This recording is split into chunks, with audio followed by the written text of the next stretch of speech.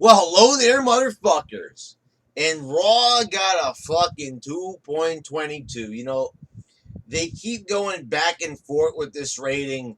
Last week, they tried to hide their rating. They wouldn't even release it. Normally the rating is on all the news websites like 2 days after Raw. This one's on there a day after Raw airs. So 2.22. And you might be like, oh, well, Brad, well, this rating right here, they've already had this rating before. There's nothing different about this rating. They keep getting 2.22. Last week, they got 2.28, it turns out. We've seen these numbers exactly the same way. They haven't even really changed. It's not even like a 2.23 or a 2.24. It's a 2.22. The thing is that this was the Raw right before the draft. There wasn't even any draft. They put the whole draft on SmackDown. And I see people even saying that the show wasn't even that great. So, I'm just basically standing here once again. There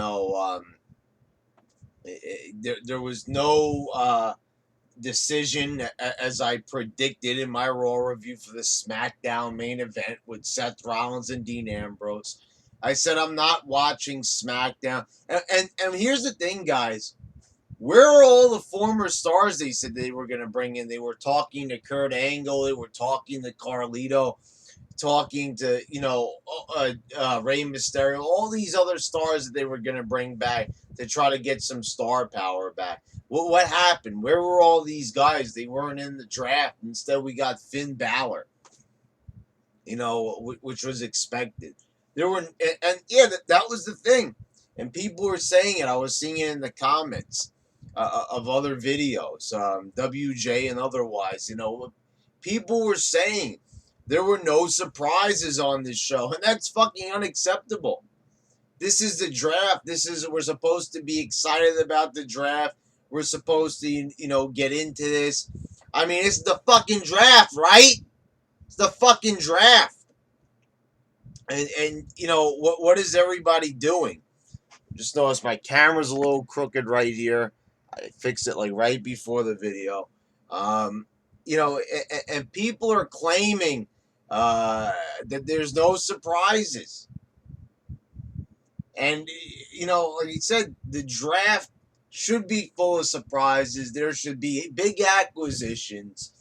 And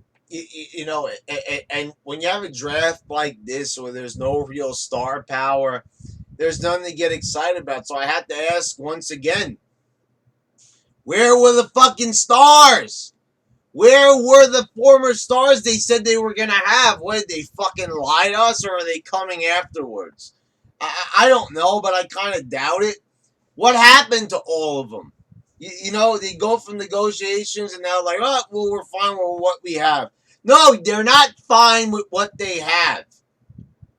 If they're going to continue the way that they are right now, not building stars, new stars, you might be saying, oh, well, we've got new wrestlers. There's a difference between new wrestlers and new stars. Finn Balor is a new wrestler. He's not a new star. The guy's not over.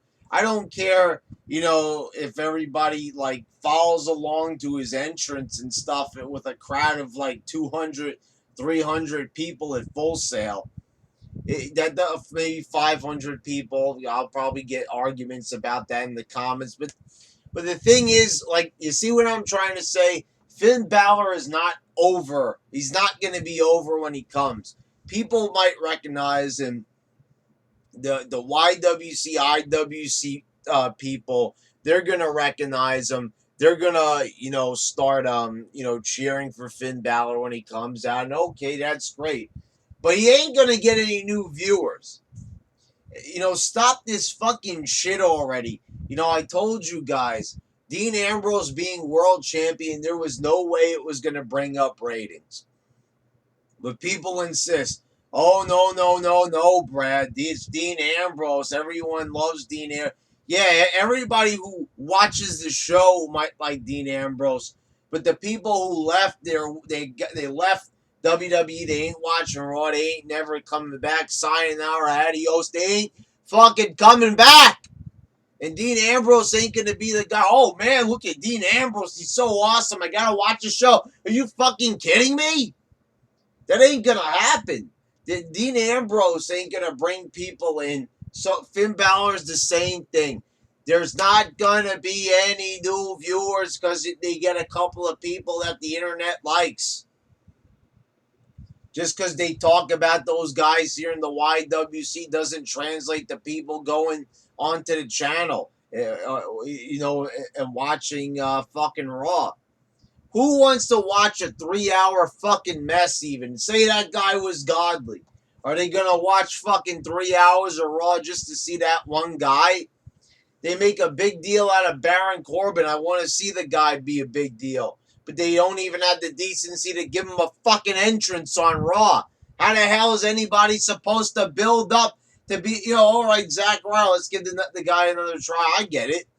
Zack Ryder, the guy's been working out extra hard. He's double the size that what he was during his first push. But they don't even let the guy win. I mean, like you said, I don't know what constitutes a push anymore. We're giving someone a push. We're not going to let them win every match, but, we're going to push them. What the fuck is this shit? This is not how you push somebody. Wrestling is about momentum. That's how you get a guy over. You make him win. You make him seem tough to the crowd, but no. Instead, it's like, let's have Zack Ryder lose to everybody on Raw. Let's give him a title and make him look pathetic by taking it away from him the very next night.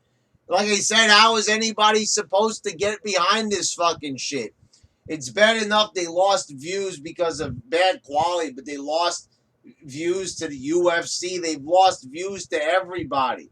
And the ratings are so low now. They used to, fucking worship their 3.0. They haven't gotten a 3.0 in over a fucking year. It's time to wake the fuck up already. Even when they had The Rock on the show, it only got a 2.9. The Rock comes, the biggest star they've ever had, besides Hulk Hogan and Stone Cold, and they can't even get to where they used to be. The thing is, it's like it's enough already. The fucking draft is a fucking sham. Now we gotta have wrestlers all split up. I can't even see AJ Styles now because he's on fucking SmackDown. Cena's on SmackDown. Now I'm stuck with a bunch of Mamalukes on Raw. I don't know. And I still get the feeling that SmackDown's the B show because it didn't even seem like SmackDown was even that special. And they already said, as I told you, McMahon said Raw's the juggernaut. It's the flagship show. They always said it was the A show. And SmackDown's always going to be the B show. What the fuck is the fucking point? There is no fucking point to this. It's fucking nonsense already. All right, motherfuckers. That's enough.